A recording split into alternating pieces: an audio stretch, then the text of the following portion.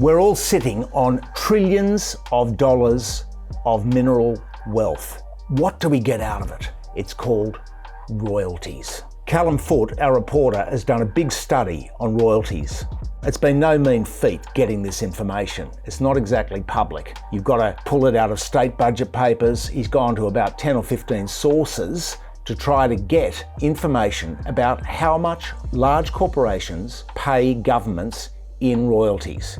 We need to stress that royalties are not taxes. They are the payments made by corporations to the people who actually are the owners, that's us, of this mineral wealth. This work has been sponsored by the Nerily Colvin Foundation. Nerily was a journalist who sadly passed away recently, and her foundation is sponsoring this work. In fact, let's just get Callum to explain it.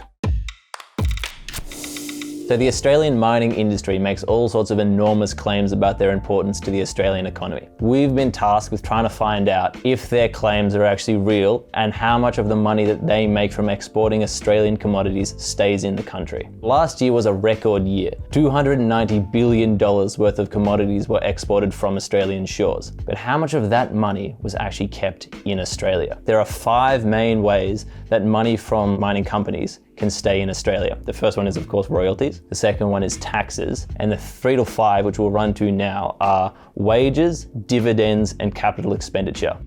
Wages, obviously, the money paid to miners to buy Holdens and Chalky Milk or whatever. The mining industry claim that they employ 10% of all Australians. That's directly and indirectly. However, the ABS says it's more like 1.7%, and that's including all support services, so scaffolders, truck drivers, cafeteria workers, nurses, etc. The second one is dividends. So what dividends are is they're the profits paid to shareholders of these companies. The more profit that a company makes, the more dividends they pay to their shareholders. Estimates range that companies operating in Australia, mining companies, are 83 to 95% foreign owned. So that means 83 to 95% of all the profits that they make go offshore immediately. The third one is capital expenditure. So capital expenditure is the money spent by mining companies to get them ore out of the ground. So this includes things like mining trucks, mining equipment, railway carriages, and the railways themselves. Now, Australia's manufacturing industry has been pretty much decimated, so none of this stuff is made onshore. So whilst those companies, those oftentimes subsidiaries of foreign multinationals, are technically spending money in Australia, what they're actually doing is purchasing overseas goods. So that money is going overseas as well. And that's usually $20 to $40 billion a year. All right, so those are the 3 other ways. So now let's talk about royalties. What a royalty is, it's very different to what a tax is. A royalty is when a mining company buys the raw commodity from the Australian people, they then process it, and then they can on-sell it. So it's very important to understand the distinction. However, the Australian mining industry often conflates the two to artificially inflate the perception of their contribution to the Australian economy. So in order to do this, they've hired Deloitte Access Economics every year for the past 10 years to provide estimates on how much royalties and taxes they're actually paying. So Deloitte Access Economics weren't paid to analyze data, they were paid to make estimates.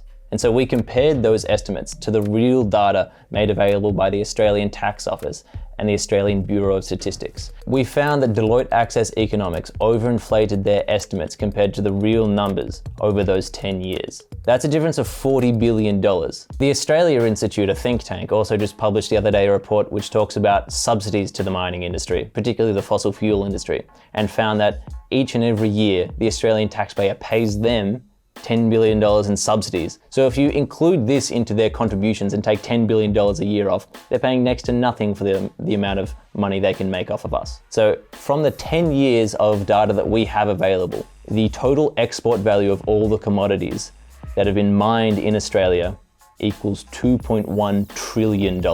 And from that period, they have only paid $140 billion in royalties. So that's 6% of the actual profit that they paid us, the real owners of the commodity, to sell that overseas. And even in this analysis, we're only using the export value of the commodity. We couldn't even find the data for all the commodities that they sold to us directly, the coal and the gas that we use to power our houses and cars. So that means for every dollar these mining companies spent on the raw commodity, they made a 1,566% return at a minimum. So we're only getting 6% of the total export value of these commodities. And if we compare us to countries like Qatar, the second biggest gas export owner in the world, they're making $26 billion a year on their gas exports, whereas Australia is only making $1 billion.